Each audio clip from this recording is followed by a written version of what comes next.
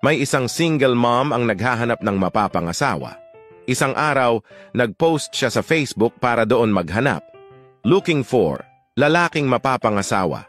Yung di ako iiwan, di ako sasaktan, at yung may mahaba sanang alaga. Hihi, pabirong saad ng babae sa post. Kinabukasan, may nag-doorbell sa bahay ng babae. Pagbukas niya ng pinto ay may nakita siyang lalaking walang kamay, walang paa, at nakasakay sa wheelchair.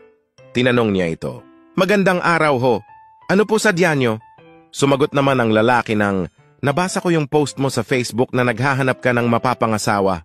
Pwedeng-pwede ako." Natawa lang ang babae dahil sa unang tingin pa lang ay bagsak na ito. Kaya tinanong niya ito ulit, "Seryoso ka ba? Sige nga. Meron ka ba ng mga hinahanap ko sa lalaki? Di mo ba ako sasaktan?" Sumagot naman ang lalaki ng, "Kita mo naman, wala akong mga kamay, kaya di kita masasaktan. Paano kung maging asawa na kita? Di mo ba ako iiwan?" Tanong ng babae. Sumagot ang lalaki ng, "Wala akong mga paa, kaya di ako aalis sa tabi mo. Lagi lang tayong magkakasama." "Magaling," sambit ng babae. Mahabang ano? Meron ka bang mahabang alaga dyan?" Tanong ng babae.